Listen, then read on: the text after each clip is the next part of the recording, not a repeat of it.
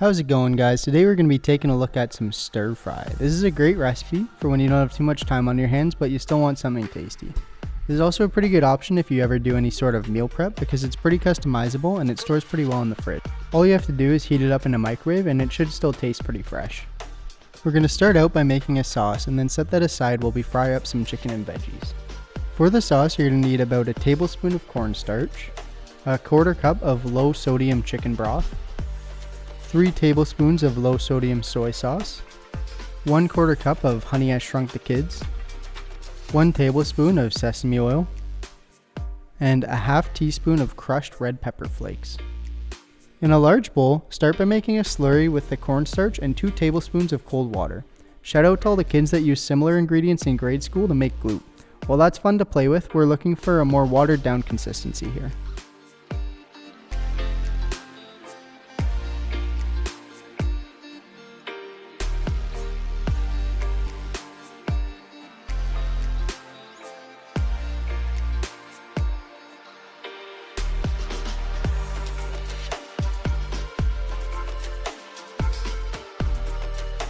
Once whisked, add in a 1/4 cup of chicken broth, 3 tablespoons of our soy sauce,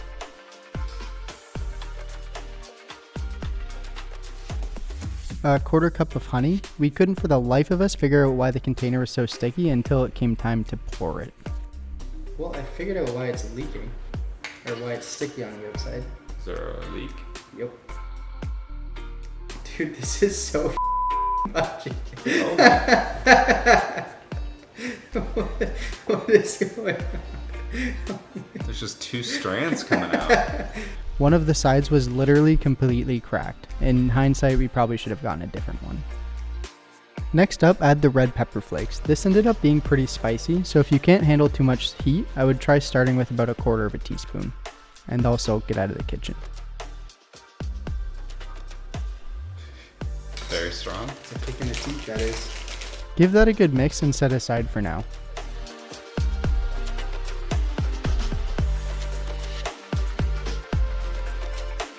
Next up, we're going to prepare all of our chicken and veggies. You will need about 3 boneless, skinless chicken breasts, 2 heads of broccoli, 2 peppers.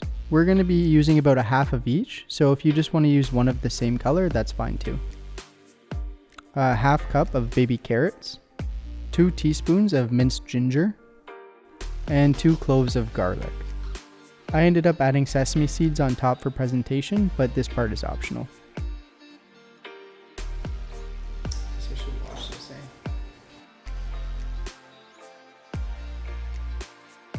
Once your peppers are washed, go ahead and halve them before cutting into about 1-inch squares. Seriously guys, make sure you wash all of your produce, even if you plan on cooking it. You don't know where it's been or who's touched it at the grocery store. I've heard stories.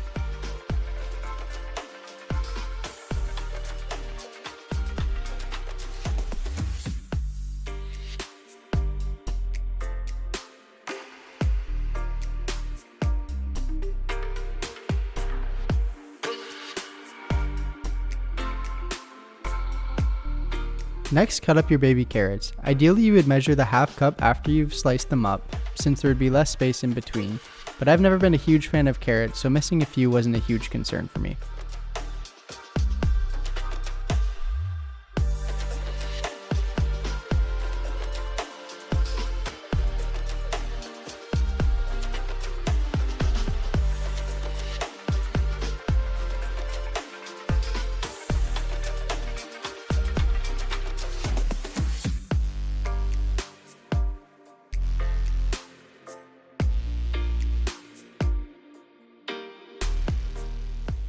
For the chicken, I went ahead and cut the breast into cubes also.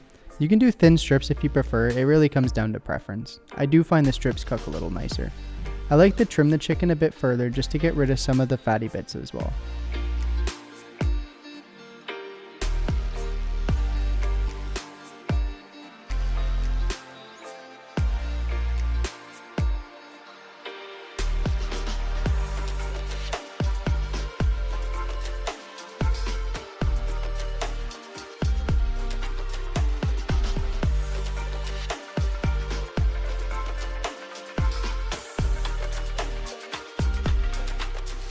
Give the garlic a good mincing and cut the broccoli so you're left with just the florets, and then we're ready to start cooking.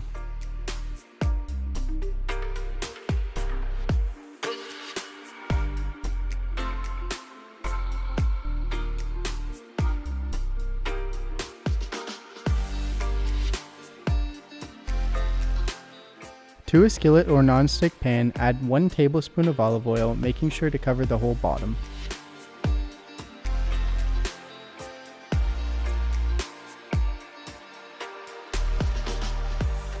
The stove should be set to just over medium heat and only add the chicken once the pan is hot. This way you get a nice sear and help keep some of that moisture in.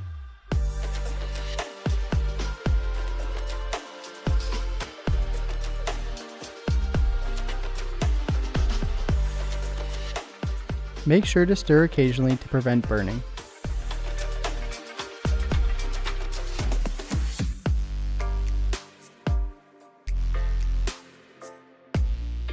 Once the chicken is mostly cooked, go ahead and add some seasoning to taste.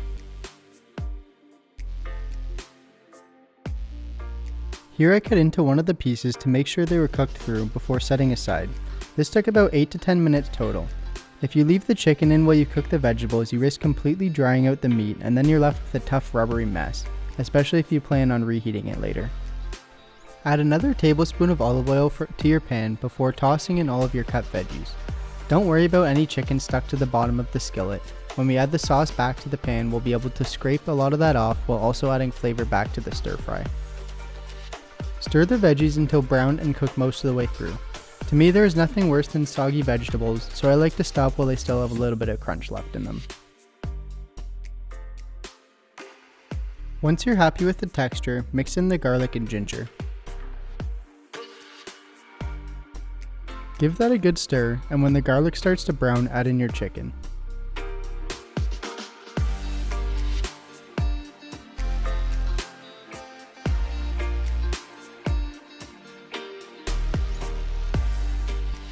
All that is left to do is pour in the sauce we made.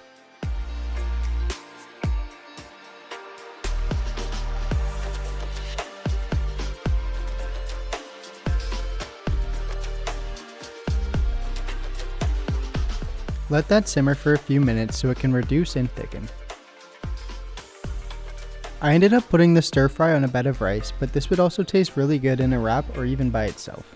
Like I said before, the only thing I would change in the future is reducing the heat. I'm kind of a baby when it comes to that stuff, but to each their own. It ended up tasting really good.